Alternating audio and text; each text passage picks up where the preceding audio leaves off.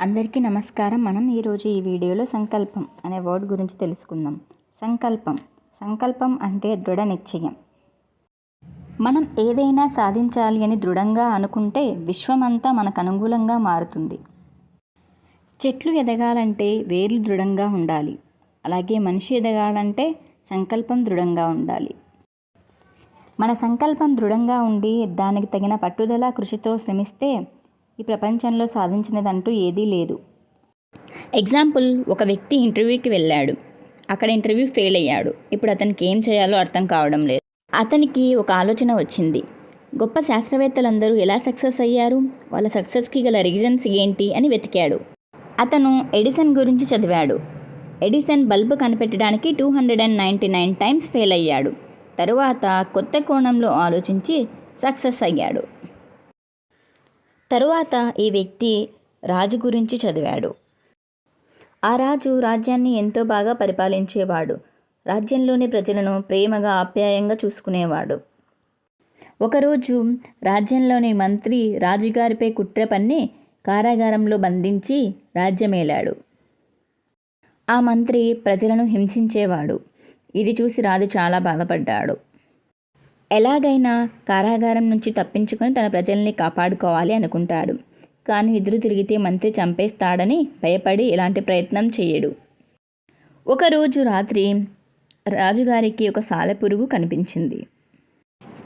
ఆ సాలెపురుగు గూడు కట్టుకోవడానికి ప్రయత్నిస్తుంది. కానీ చాలాసార్లు కింద పడింది. అయినా ఆపలేదు. అల్లిక చేస్తూనే ఉంది. అది చూస్తూ రాజు నిద్రపోయాడు. ఉదయం లేచేసరికి సాలెపురుగు అద్భుతమైన సాలెగూడు అల్లింది. సాలెపురుగు మధ్యలో కూర్చొని అటువైపు వస్తున్న దోమల్ని, చిన్న చిన్న పురుగుల్ని బంధించడం మొదలుపెట్టింది. దీన్ని చూసిన రాజుకు కనువిప్పు కలిగింది. తను చేస్తున్న తప్పేంటో అర్థమైంది. ఆటంకాలు లేకుండా విజయాలు ఉండవు అనుకొని ఒక చక్కని పథకం వేసి కారాగారం నుంచి బయటపడ్డాడు. ఆ తర్వాత మంత్రిని బంధించి తన రాజ్యాన్ని తను చేజిక్కించుకున్నాడు. ఈ విధంగా అతను ప్రపంచంలోని గొప్ప వ్యక్తుల గురించి తెలుసుకున్నాడు.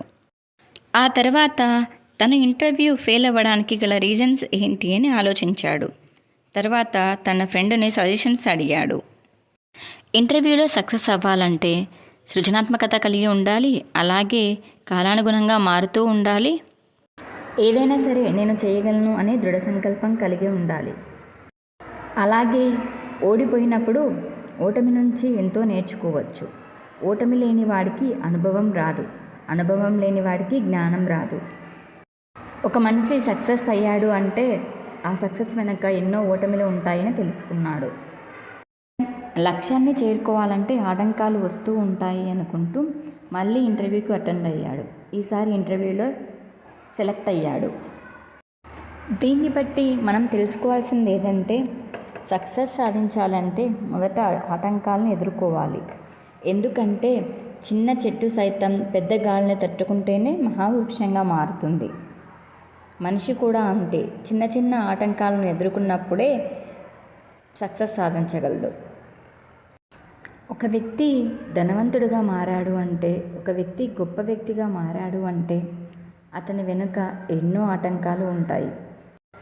Thanks for watching.